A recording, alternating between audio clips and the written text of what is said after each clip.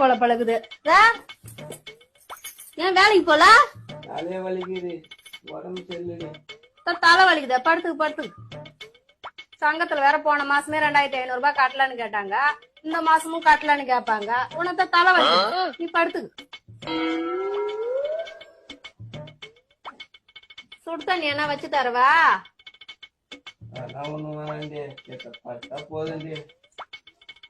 Cylinder வேற நாளைக்கே இன்னைக்கேன்னு இருக்குது. அதுதான் சொல்றேன், உனக்கு தலை வலிக்குது, படுத்து.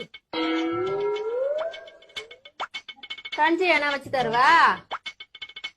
மாத்திரை போட்டுக்கிறே, தூங்குனா சரியா போயிருந்து. அரிசி வேற ஒருபடி தான் இருக்குது.